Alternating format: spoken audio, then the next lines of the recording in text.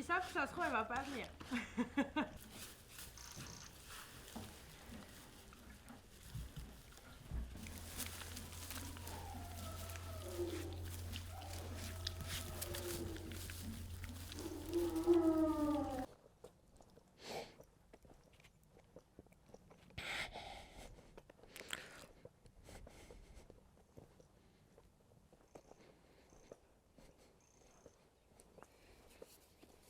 Donc en fait, on l'a trouvée juste ici. Il faut savoir qu'on met nos conteneurs poubelles là, des grosses poubelles en plastique, et elle était juste là, au pied de la boîte aux lettres, entre une poubelle et elle était comme ça, hein, à peu près. Hein.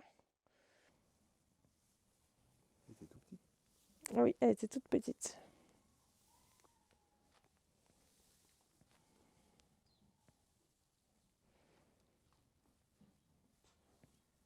Pour la justice, j'ai prélevé Riette dans la nature.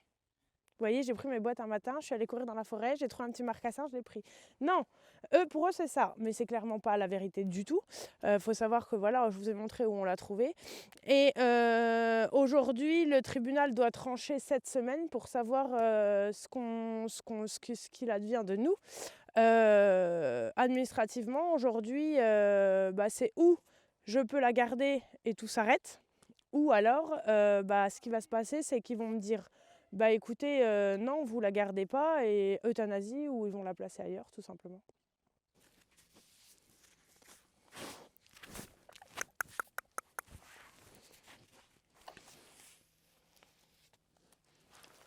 Elle vole les croquettes des chiens, elle vole tous les jouets des chiens, nos outils de travail, hein, donc les licoles des chevaux, les longes des chevaux, les brosses, et elle amène beaucoup de choses dans sa logette à elle, dans sa petite loge, où quand on cherche quelque chose, on va voir dans sa loge et on retrouve. Sachez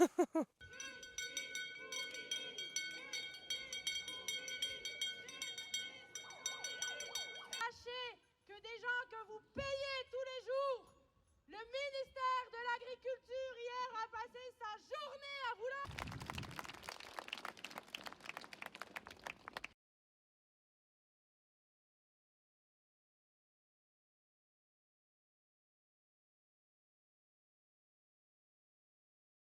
Je ne sais pas comment elle me qualifie, sincèrement. Je ne sais pas si je suis sa mère, je ne sais pas si je suis sa meilleure amie, je ne sais pas si pour elle je suis juste son protecteur. Bon, on a un vrai lien d'amour, vous l'avez vu. Hein. Moi, pour moi, je pense que je suis son référent, sa maman, son tout. Tous les animaux sauvages, leur place c'est dans la nature, en liberté. Elle, je sais pas pourquoi on a créé ce lien, c'est même pas l'aspect nourriture, parce que si elle veut, elle a faim, elle peut manger partout. Mais c'est qu'elle a vraiment son empreinte à elle, et peut-être que c'est pour ça que la compagnie l'a fait fuir de son troupeau. Hein. Tout va dépendre de la décision que le magistrat aura prise. Sa décision, on va la connaître dans quelques jours, comme je vous disais, mais il peut évidemment revenir sur l'euthanasie. Hein. Bien évidemment, je ne laisserai pas faire. Quand on entend un bruit qu'elle ne connaît pas, elle va revenir tout de suite au pied. D'accord.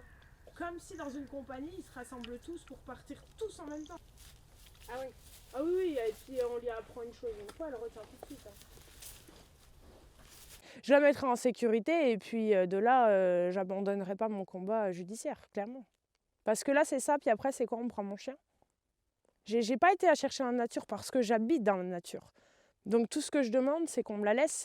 Pourquoi elle me l'a retirée alors qu'elle est très heureuse et elle dérange personne? C'est ça en fait la fin de l'histoire. C'est qu'elle, je dis pas j'habiterai au milieu d'un pavillon ou quelque chose, je peux comprendre. C'est pas sa place d'être dans un village en plein milieu, etc. Malgré qu'il y en a énormément. Vous savez, lors de la marche de samedi, j'ai 5 personnes qui sont venues me voir qui m'ont dit écoutez, j'ai un sanglier.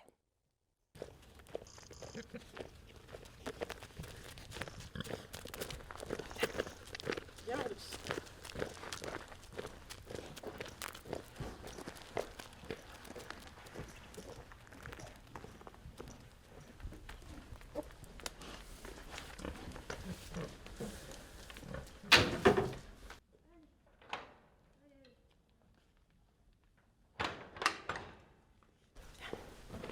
Ça, normalement, elle aime bien.